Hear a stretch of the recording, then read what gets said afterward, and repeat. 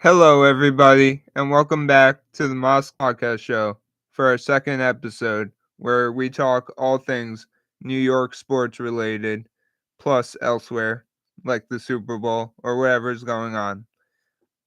Thank you all for coming on this Tuesday morning. I do not have any guests today, currently, but Vincenzo Spiniello, who I had last week, should be joining us again next week. So, just glad to have you all back, and hope we're feeling good today. Talk New York sports, Super Bowl, um, baseball, basketball, some updates, and we'll get the show on the road. Hope everyone did good this weekend, being the really cold weather, extremely cold, single digits, almost negatives, got as low as, 5, 4 or 5 degrees, something like that. So, I was going back and forth, so I had trouble myself, in my sweatshirt. So, yeah, glad the weather's warmer outside now. So, yeah, and we'll just talk about again some Super Bowl updates, NBA, Knicks, Nets, how they stay afloat, if they can survive without KD for I guess the next couple days now. We'll find out tonight what his current status is, and the Knicks side, Brunson and Randall, how they Randall made the All Star team and Brunson like just got cut off. Thought he could have been named All Star, so we'll see if there's any replacements for him.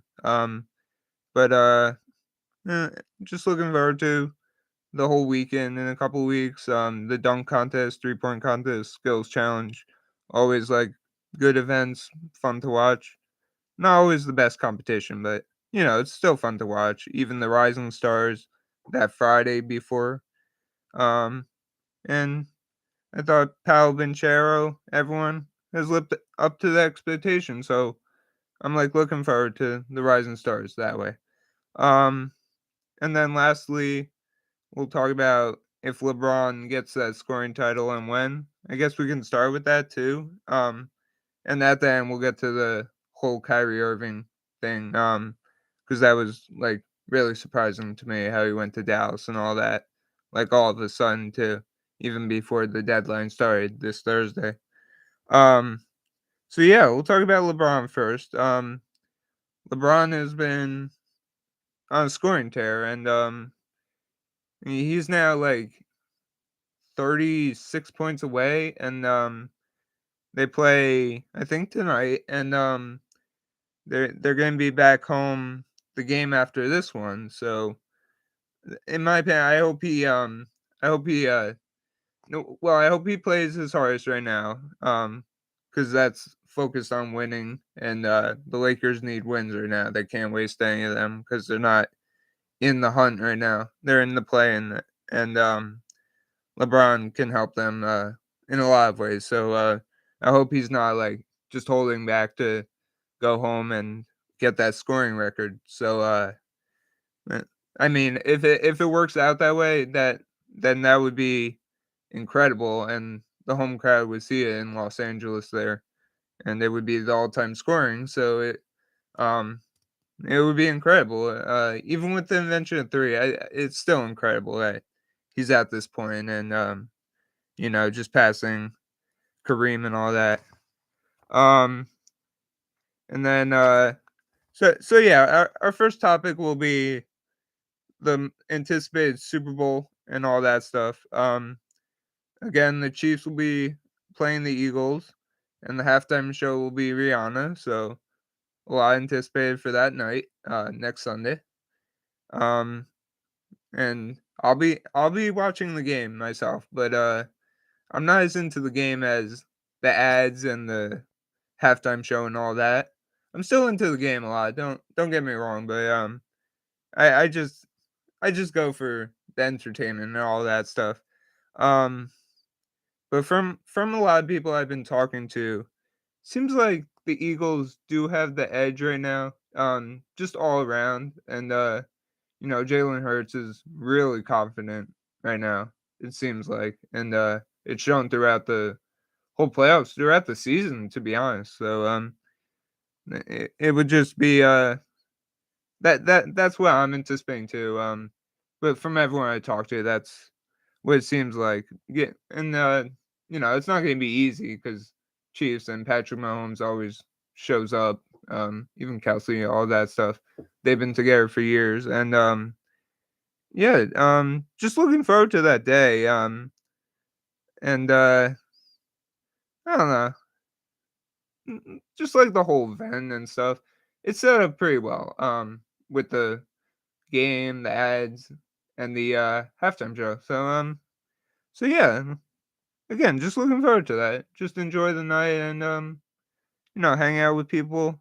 I think I'll be at the school and just hang out with friends and stuff. Have a good time.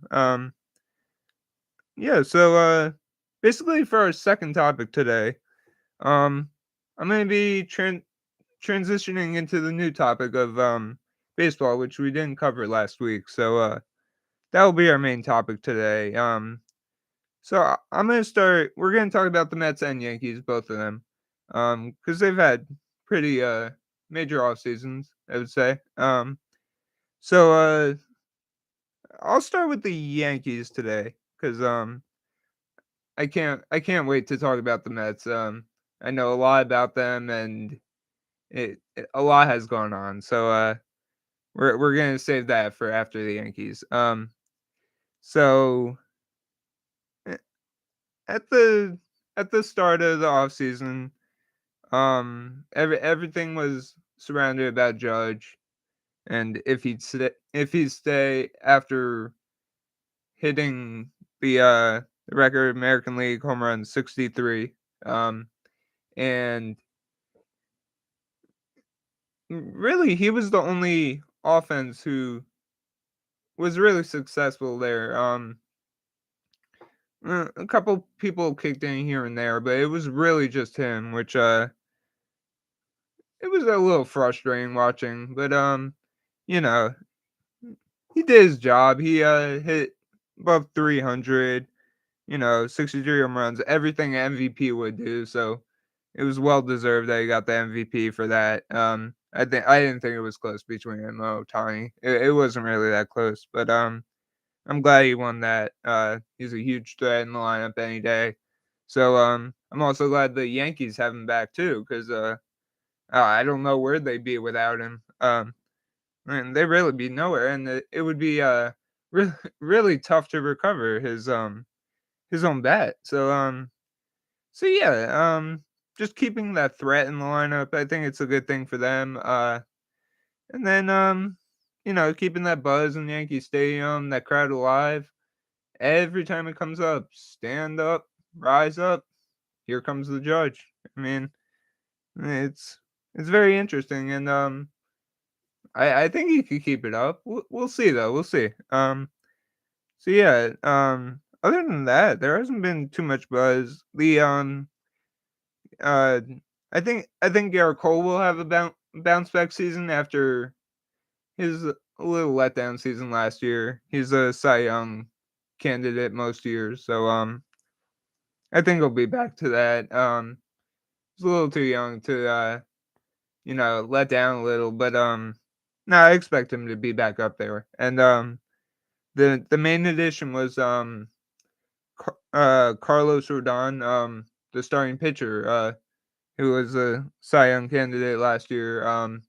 So he will be very good. 1-2 punch, and then Severino and Cortez and all them. And then yeah, you'll have to find your fifth starter, but I don't think that'll be much of a problem. Montas is the fifth probably, so even he at his worst is a solid candidate. And it's one of the best rotations, if not the best rotation in baseball. So um, when you have that, you have a lot of potential there.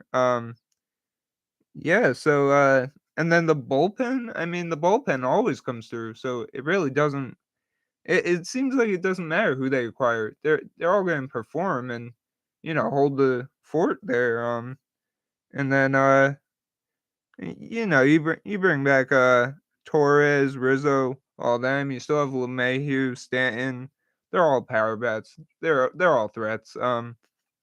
At the end of the day, they'll come through when they have to, and that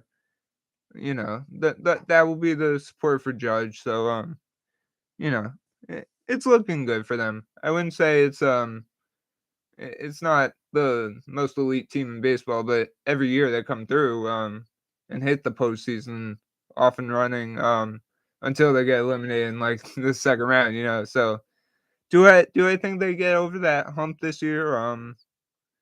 Well, I don't know. I don't think they're quite there with the Astros who they weakened, but well, actually, they got Brave, so he's an all-star first baseman. So maybe they haven't. They'll have to. The Yankees will have to show something in order to get over that hump again. Um, and then yeah, just some questionable pieces maybe. The catcher position. Can Trevino stay in the whole year? Healthy at that all-star level the first half he was doing. Yoshioka, I think, is the backup.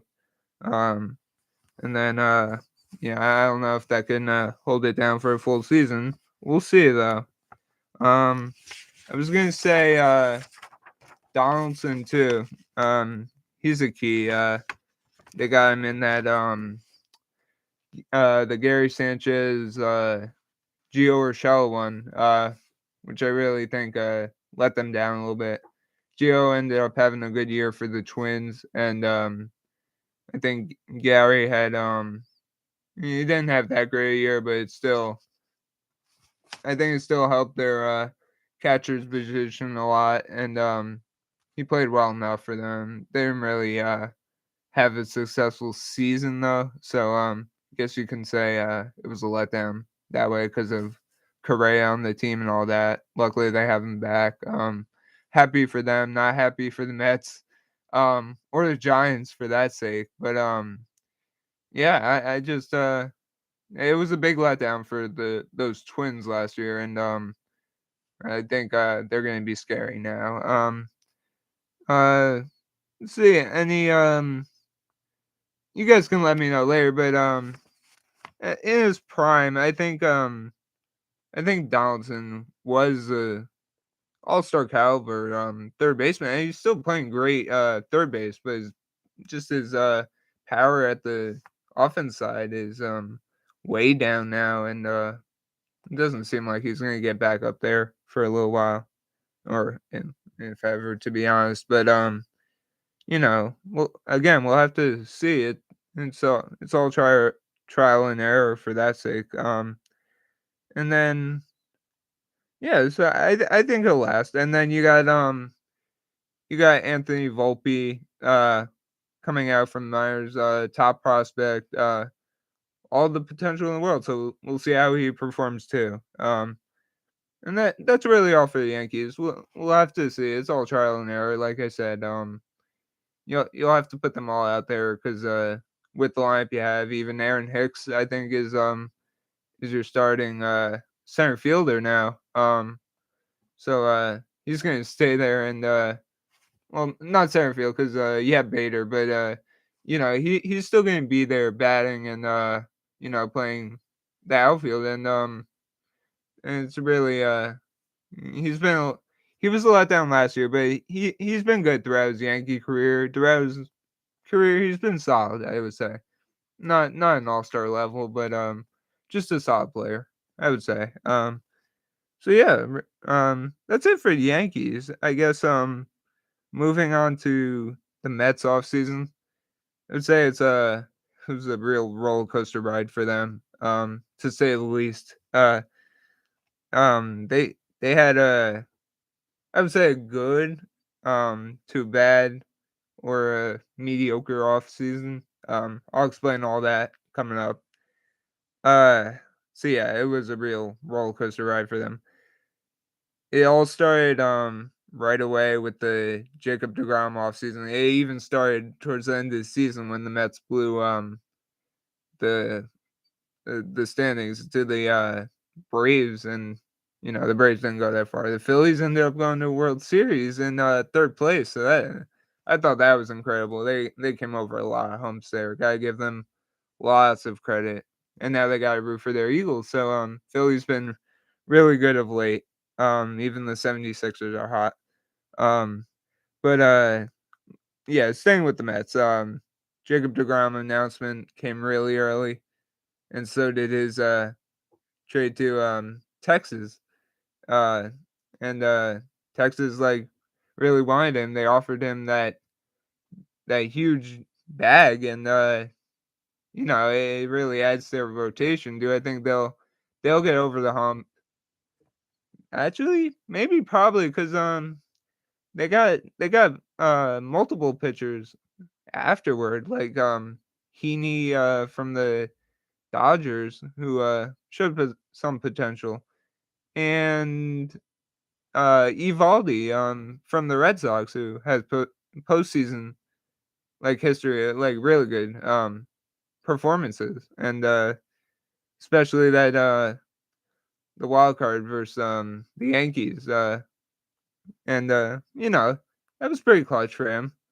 To go along with that, they had a lot more people leave. Bullpen pieces that weren't good last year are all gone now.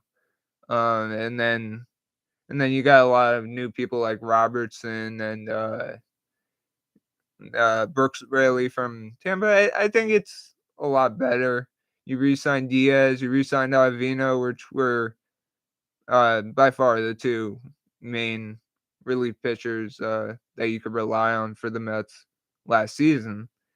Um, but yeah, I think people were shocked between all these trades, like DeGrom at first, but they didn't have to hold their head long because right away came storming Verlander to the Mets, and that gained all most of the trust back.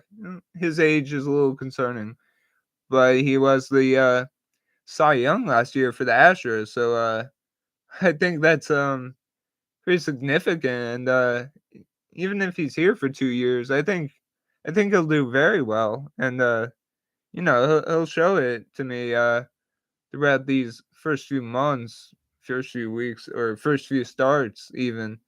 Um, that he's still got it. And he stays healthy. That will already be an upgrade. I think to DeGrom, who was like never healthy, only for a few starts towards the end. In the beginning, he got hurt right away, so that was irrelevant right away. Um, like I said, last year Cy Young, so much potential at 38. I mean, he's still killing it out there.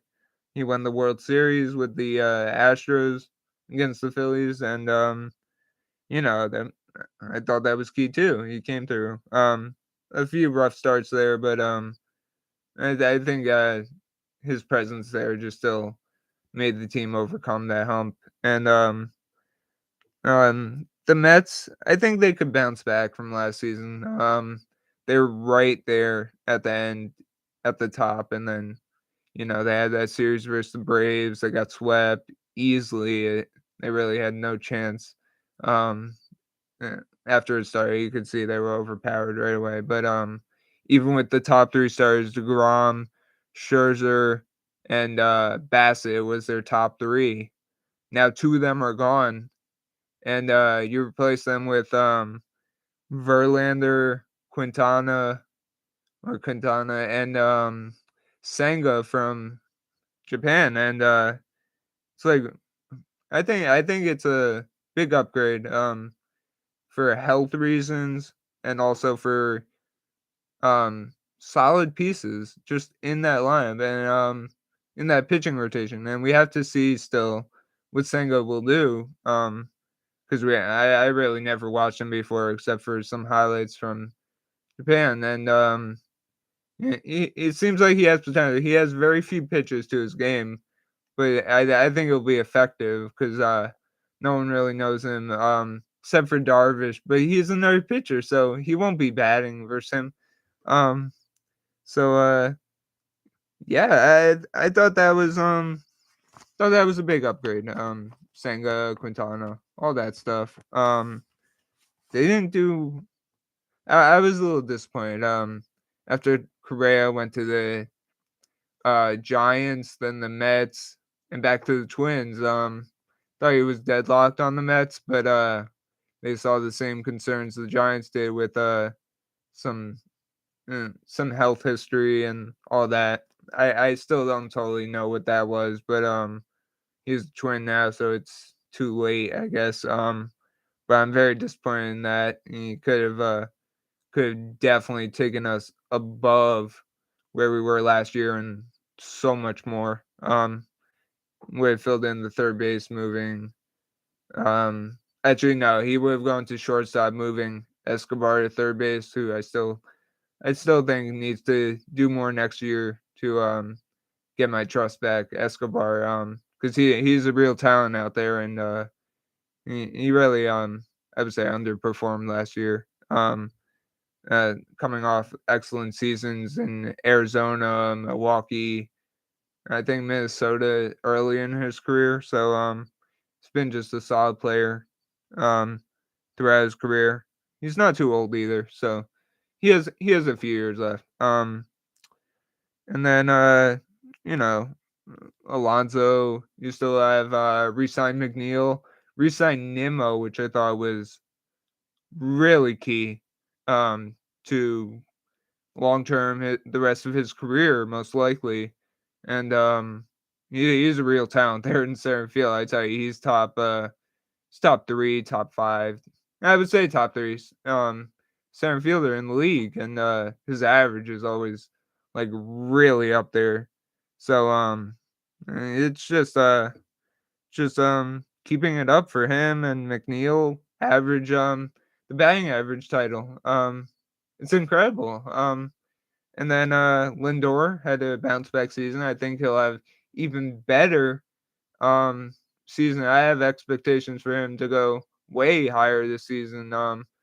Each season I think he'll get better throughout his Mets career. So yeah, with that, it's just a matter of time and seeing how they perform from the start. Like I said, Quintana in the Mets rotation, um, he really pitched well for the Pirates and then helped the Cardinals in the first round, but they lost to the Phillies. But Quintana had a solid start there.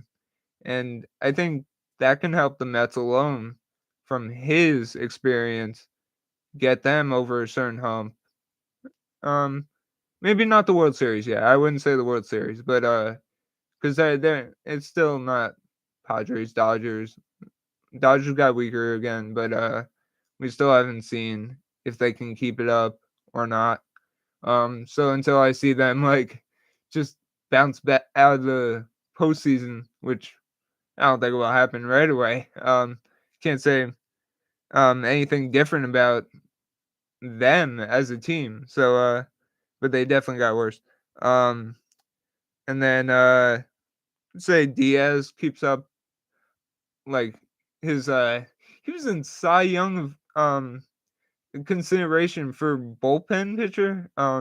I think that's crazy, and that yeah, that's just impossible to do. He didn't end up getting it. He didn't end up being in the voting at the end. In consideration, but he was definitely the by far and 1,000% the best reliever in baseball. You could rely on him every game. Strikeout was over half of the time he pitched, you got the strikeout and like two per outing. It was incredible. So yeah, and trumpets are coming back. Timmy Trumpet with the narco. And I I just love it for Mets fans and for baseball fans. Baseball fans were really getting into it. So I'm excited for that to be back. The whole trumpet thing. Everyone playing trumpets in the stands, like, and it's just incredible. So yeah, MLB fans, Mets fans, hope we look forward to that. Hope he stays healthy so we can see that all the time. Hope he can pitch. I don't want him to pitch more than 2 innings at the most, right? So you'll see him in the eighth or ninth still, and he's still that dominant guy. And so glad he got the extension, right? Because he's a great guy overall. If you've seen him in like interviews, he's always he's always there and smiling. Um, and he's like a real cool guy, to be honest. And I'm so glad to have him back on the Mets. And yeah, we'll see if he can keep it up from last year. Think he can. So but we'll see. And the real only acquisition I can think of right now, except for minor league players, is major league catcher Omar Narvaez, who was a all-star catcher himself a few years ago. He performed out of his mind with the Milwaukee Brewers, and he just I think he still has potential. We'll see. I don't think he'll perform like All-Star 2018, but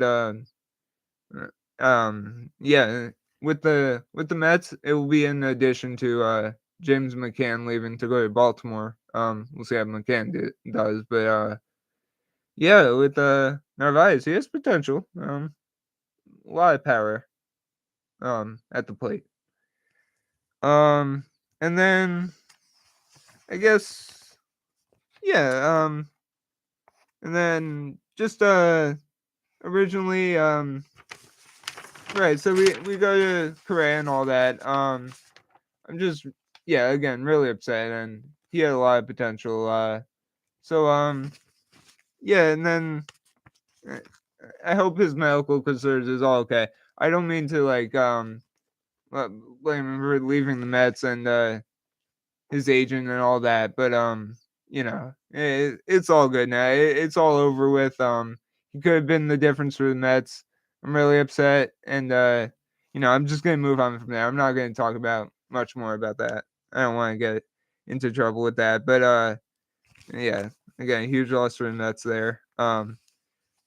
Escobar and Lindor, I hope they can take his spot there, because they can at the plate, and I think they can at the defensive side because Lindor's a quality shortstop there, probably Gold Glover for years to come. And Escobar, he's been one of the top third basemen in the past few years. So Mets got a lot of potential. Lineup is looking iffy. Great at the top. I mean, one of the best at the top. Towards the bottom with the catcher, Narvaez, he can hopefully put up a spark down at the bottom of the order. Cam is back, right? So he can provide lots of pop there. And young players like Alvarez can be the backup catcher with Nito and all that. Nito performed pretty good last year. Not amazingly, but yeah, a lot better than he has been doing.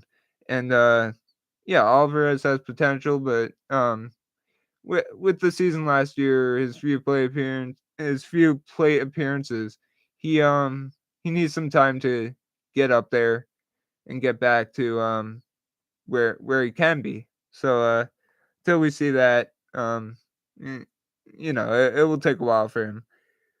But I don't think I expect many more acquisitions. Maybe just a few role players, I guess you would call them DHs. Vogelback is still there. Don't forget about him. He's a real pop in the bat there. Strikeout. Well, not too much strikeout. He has good play appearance, good play appearances. And he has lots of power. So whenever he hits a ball, it has a good chance of getting out of the park. But it's if he can stay consistent like that, because he has spurts of really being a top player, and then just like laying down. He has lots of potential. He has a power bat like any other person in the league, but just can't stay consistent that way. Um, and then yeah, looking forward to McNeil and Nimmo, like I said. So Mets are looking good for now. Bullpen excellent. Pitching pretty good, I would say. They got some backups in Pearson and all that stuff. They did lose Williams, which was their like inning eater, I would say. If someone got out early, he would pitch really well till sixth or seventh inning, where the bullpen takes over, and it becomes a bullpen game from there. So yeah, just we'll see from the start how they do, but I think it's been good enough. I would say not too much of a you know uh, of a upgrade, I would say, but it's not too much of a downgrade either. Losing Degrom and then picking up Verlander, Quintana, and Senga. So yeah, that's where I stand with the Mets. So yeah, right out of the gate, we'll see how they do, and if they can keep it up throughout the season, because that was their killer at the end there versus Braves. So and then the Phillies will also be a threat. So we'll see how they can balance that out. How they'll do throughout the season. My last topic for the day is going to be the NBA. Just some updates from this past week. So we will start with the Knicks again today. The Knicks took a tough loss. The previous game, not the one 2 days ago versus the Sixers, which I'll get to. That was incredible. Because the Sixers were the hottest team, but they played the Lakers, the Knicks, and that was 3 games ago. LeBron had another triple double, incredible. His stats, just like all around the board. He's just going out there every game and doing his thing. It doesn't seem like he's going to end his career anytime soon. It's incredible. He's an all-star captain now. So he's at that high level still of play this late in his career, which is pretty incredible to say the least. And the scoring title now, I'm looking forward to that day. Like I said at the beginning, he's 36 points away, and I hope he does that at home, but I don't want him to hold back because the Lakers are in too deep of a hole, too close in the division to actually let that game go beside them and take the loss, because that would like put them back many steps the way the Western Conference is shaping up to be, with 4 through like 12 or 13 seed. I think it's 4 through 13 seed being decided by only 1 or 2 games. So it's incredible that way. Um so the Lakers really can't take their foot off the gas anytime soon. Anytime this season, to be honest. And who knows with the free agency coming this Thursday, what they'll do after missing out on Kyrie. So yeah, LeBron's high level play, and then they did lose in overtime to the Lakers. And LeBron was the difference towards the end. Um, then they played the Clippers, which I thought was another good game. They ended up coming back late and tying it up, taking the lead, and they had a 3-point lead until the Clippers Batum, I think it was. He had not wide open, but it was a good look for three at the buzzer, and that was the difference right there. It sent it into overtime, where the Knicks usually, what I've seen this season is and they're let down in overtime this season, and you could see the building really get exhausted from that. The whole energy in the Garden was like depleted, and they were just like done for. And it showed in overtime. The Clippers were just dominating. I think it was Powell who took over and started shooting like enormous amount of free throws, because they kept fouling, and they couldn't make their own shots. They couldn't play defense without fouling, and it was over from there. And then I think it was the night right after, 2 days ago, from today. It was yeah, they had that incredible win versus the Sixers. The Knicks fell behind by 21 in the first quarter, which is which looked like it was going to be a blowout the whole game. It just kept going up from there, and then it didn't go past 21, but still in the first quarter to be behind by 21, it's just incredible. And how they came back from that. I I wrote down it was the unsung heroes that came through. Really with Randall still had a good performance. Brunson was decent, not the best he could be.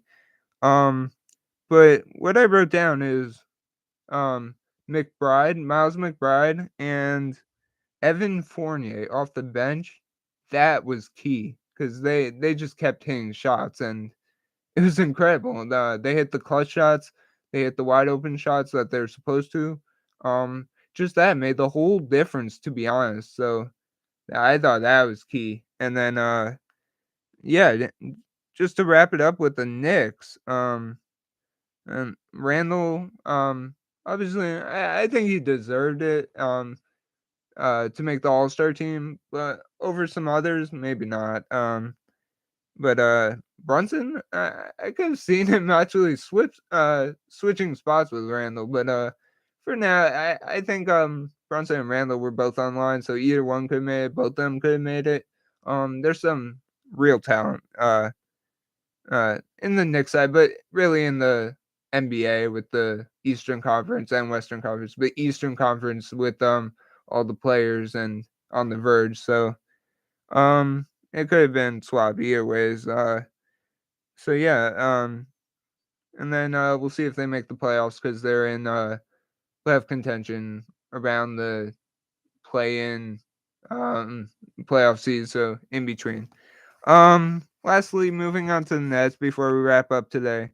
They came off their worst performance this past week versus the Celtics, where they were down again 30 at the end of the first, which is seems like it's impossible to come back from. No team has done a 30-point comeback yet this year.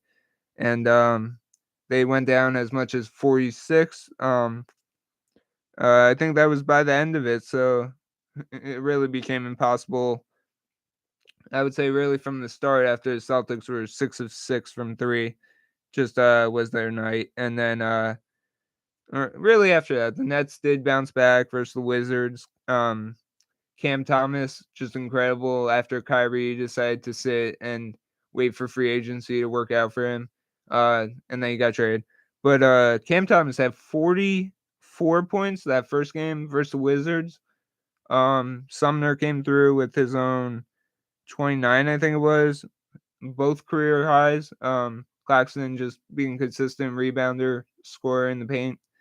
And then yeah, that really came through for them because they came back from a 23-point deficit, which is not that 30-point deficit they were in versus the Celtics, and the Wizards aren't the same as the Celtics, obviously. So it's always possible, but with that, it was just incredible. Cam Thomas carrying them the whole way. That late goaltend, I thought it was a goaltend. It was on its way down. It was very, very close. Don't get me wrong; it could have gone either way, but I think it was a goaltend. And was the correct call.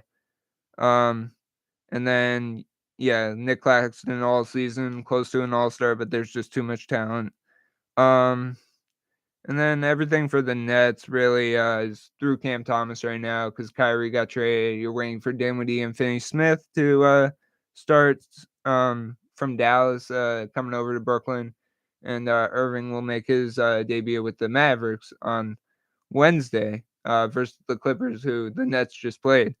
And the Nets hung in there, but towards the end, it showed the Clippers were the more experienced team. The Nets hung in there, but it was a good game all around. So gotta give credit to the Nets for actually hanging in there. Uh, and then yeah, I think Cam Thomas could carry them all the way with the help of Dinwiddie, Finney Smith. Really until KD gets back.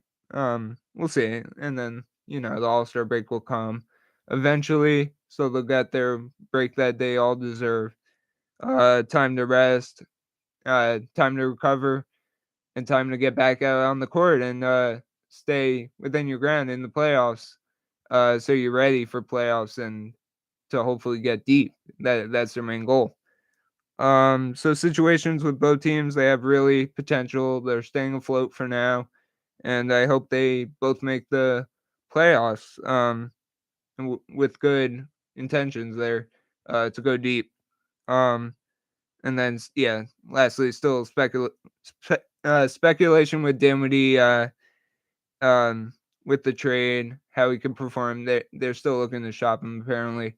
Maybe for Raptors, Siakam and Nobi or Van Vliet, one of them. So that would be just a different kind of team right there.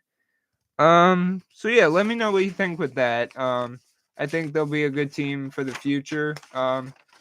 Maybe not going far this year, but definitely for the future with Cam Thomas, Nick Claxton. Hopefully KD stays.